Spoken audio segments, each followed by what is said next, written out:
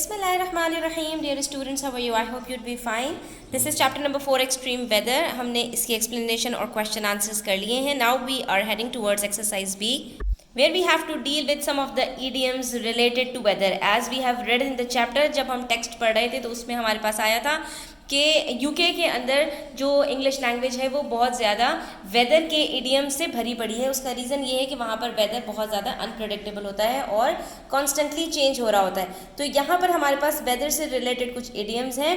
All we need to do is we have to read the sentence below and then match the idioms in bold with the correct meanings. ठीक है, अब यहाँ पर आपको bold letter से लिख कर दिया गया है जो इडियम है और मीनिंग्स भी आपको दिए गए हैं. आपको इनके मीनिंग्स फाइंड आउट करने हैं from the table given below.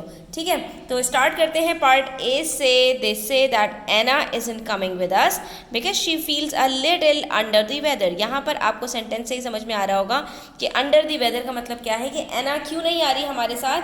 Because she feels little under the weather, यानी कि she is not feeling well. ठीक है, इसका आंसर हमारे पास नीचे दिया हुआ है.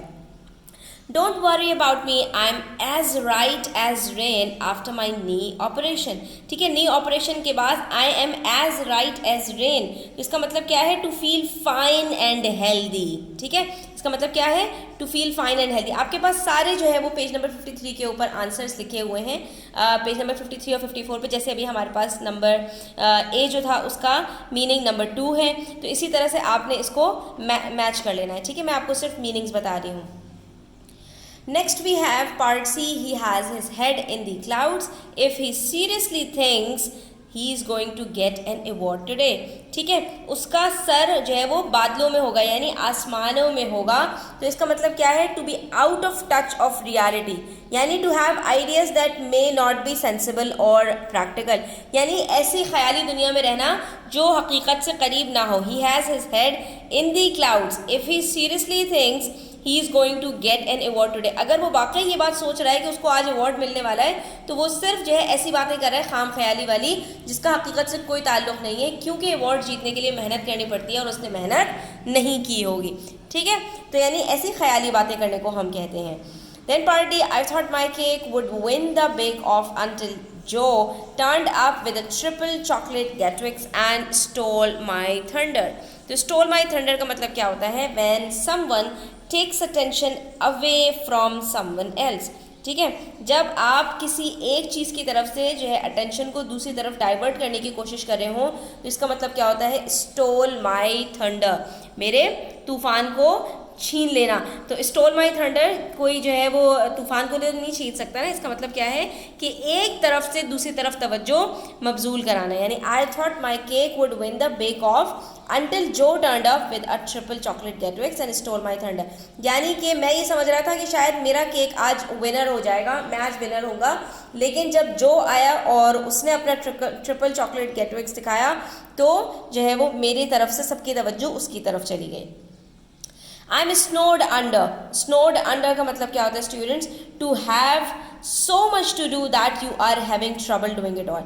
आपके पास काम का बहुत ज़्यादा प्रेशर हो, बहुत लोड हो काम का, तो उसका मतलब क्या होता है कि आपसे काम संभल नहीं पा रहे हो. आई एम स्नोड अंडर यानी मैं काम के बर्डन में हूँ at work right now because 2 of my colleagues are on holiday. और ऐसा होता है कि जब हमारे कलीग सब छुट्टी पर चले जाते हैं तो हम जो है वो ओवर बर्डन हो जाते हैं. Next we have part E which says it was awkward in my new class until Arshan broke the ice by telling us a joke. broke the ice का मतलब क्या होता है? खामोशी को तोड़ देना, यानी to say or to do something to make someone feel relaxed in a social setting, in a social meeting. यानी social gathering के अंदर अचानक से सन्नाटा छा जाए और आप उस खामोशी को तोड़ने के लिए कोई बात कहें तो उसको कहते हैं break the ice. Our science exam was a breeze. I'm sure I'll get top marks. Our science exam was a breeze. breeze का मतलब क्या है? यहाँ पर क्या समझ में आ रहा है? यानी a cup of tea या a child's play, यानी बहुत ही आसान था हमारा जो साइंस का एग्ज़ाम था. To be very easy to do, इसका मतलब क्या है? To be very easy to do. Thanks for inviting me to play tennis, but I can't this week. ठीक है, मुझे इनवाइट करने का बहुत शुक्रिया लेकिन मैं नहीं खेल पाऊँगा. तो can I take a rain check on that? तो टेक अ रेन चेक का मतलब क्या है? इसका मतलब है decline to do something now, यानी अभी के लिए कोई चीज़ डिक्लाइन कर देना, मना कर देना किसी भी रीज़न की वजह से, but offer to do at a later date, लेकिन जो है वो एक आगे वाली डेट के ऊपर उसको करने के लिए जो है वो ऑप्शन लेना या ऑफर करना कि can I take a rain check on that, यानी can I offer to do it at a later date, क्या मैं जो है वो आज के बजाय किसी और दिन टेनिस खेल सकता हूँ। इसका मतलब ये है स्टूडेंट्स, ठीक है। Next we have part I which says the children were about to arrive for the party, so she sat on the sofa with a cup of coffee, enjoying the calm before the storm। ये तो आप सबने देखा होगा, यानी तूफान आने से पहले की जो खामोशी, यानी कि बच्चों होता क्या है कि जब कोई बड़ा तूफान आने वाला होता है या जब कोई जो है वो तबाही आने वाली होती है तो उससे पहले बिल्कुल खामोशी छा जाती है और उसके बाद फिर वो तबाही आती है। ये कहा जाता है द काम बिफोर द स्टॉर्म, यानी कि the peace before the arrival of the storm. तो इसका मतलब क्या है, the quiet peaceful period before a moment of great activity and mayhem, यानी जब कुछ बहुत बुरा होने वाला है उससे पहले कि इंसान की खामोशी, यानी इसको इसकी तरफ भी कहा जाता है कि कोई बहुत शदीद गुस्से में है और उससे पहले वो बिल्कुल ठंडे मिजाज का नज़र आ रहा है, यानी अब कुछ होने वाला है, यानी कि आप किसी के मिजाज को देख के कि इस वक्त बिल्कुल काम एंड कूल नज़र आ रहा है किसी ख़तरनाक सिचुएशन में, तो आप समझ जाएँ कि इसके बाद तूफ़ान बर्पा होने वाला है। Next we have part J. The project has been put on ice until our boss decides what to do next. The project has been put on ice. Put on ice का मतलब बर्फ़ के ऊपर रख देना नहीं, इसका मतलब है to postpone for another day, यानी आज ही काम हम नहीं कर रहे, हम नेक्स्ट किसी डेट के लिए किसी चीज़ को पोस्टपोन कर दें, मौखर कर दें, तो वहाँ पर हम यूज़ करते हैं पुट ऑन आइस। तो I have discussed all the meanings with you students. I hope कि आपको ये समझ में आ गए होंगे इडियम्स। अगर कोई बात समझ में ना आया करे तो आप जो है वो कमेंट सेक्शन में पूछ सकते हैं।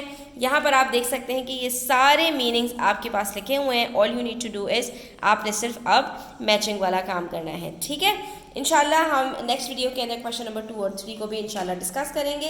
तो वीडियो एंड तक देखने का बहुत शुक्रिया। चैनल को सब्सक्राइब कर दीजिए, बेल आइकन प्रेस कर दीजिए ताकि नेक्स्ट वीडियोस का आपके पास जो है वो नोटिफिकेशन जल्द से जल्द पहुंच सके। अपना बहुत ख्याल रखिएगा। अल्लाह हाफ़िज़।